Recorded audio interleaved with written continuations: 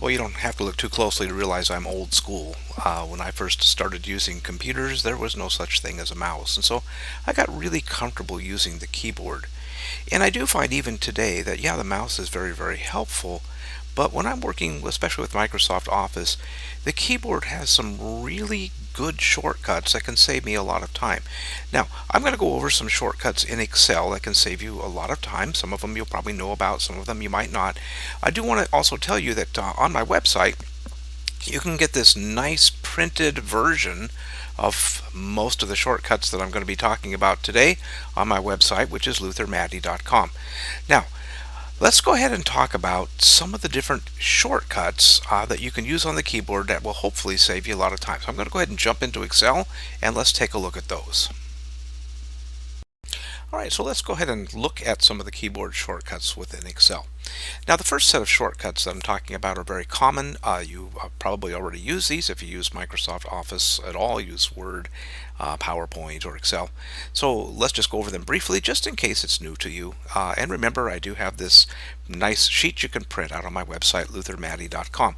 So Control O will open a workbook, Control W will close a workbook, and Control N will open up a new workbook. And of course we have the clipboard operations, cut, copy, paste, and paste special. That's kind of a nice one in Excel. I use paste special quite a bit, and that's all Control V. Well, the ones I really want to focus on here are navigating and using function keys. Now, I have a fairly large worksheet here. I have a loan amortization schedule that goes down to 360 payments here.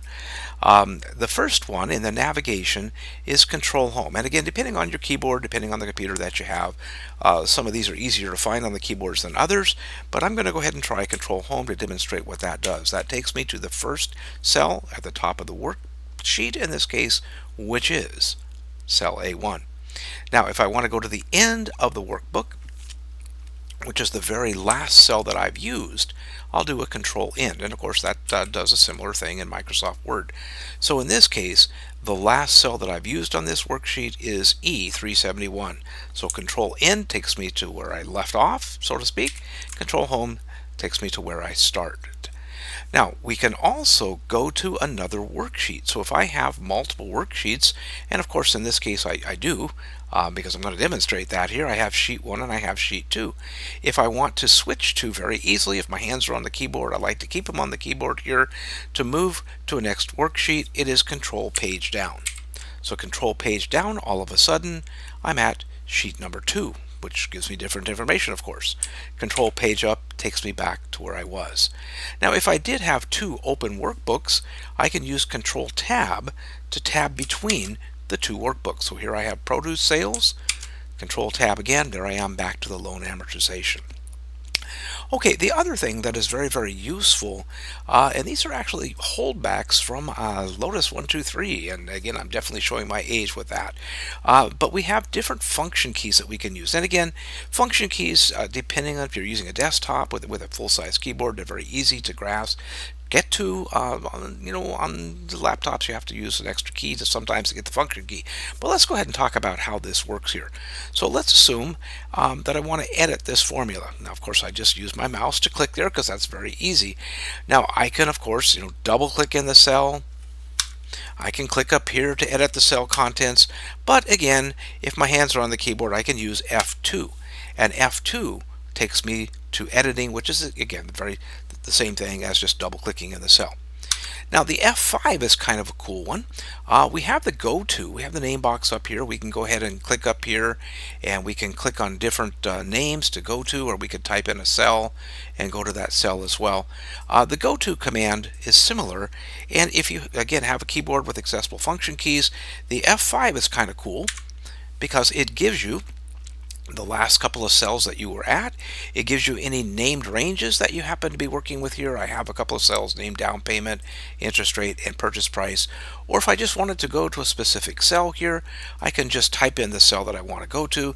Let's just say that I want to go to J13. I type in J13 and there I am. All right, so the go to is very, very helpful. Now, if you followed any of my videos where we're using absolute reference, I do discuss using the F4 key to add absolute reference. So if you wanted to use absolute reference in any of your formulas, you could use absolute reference. So let's just say I want to edit this with F2, and I want to add absolute reference here. I just press F4, and that automatically adds the dollar signs. Okay, and I also have spell check, which I need a lot. So I can just do an F7, and that brings up the spell check and tells me that in this case that I'm good to go. And of course I can use the save as. And there's a couple of other shortcuts that you could use for that. Okay, so very easy, quick, short video here. Hopefully you like the video. If you do, please consider liking it. Please consider subscribing to my channel. And again, do go out to my website and you can get a nice printed copy of this and many more other keyboard shortcuts in Excel that I didn't have time to talk about. Thank you very much. We'll see you in the next video.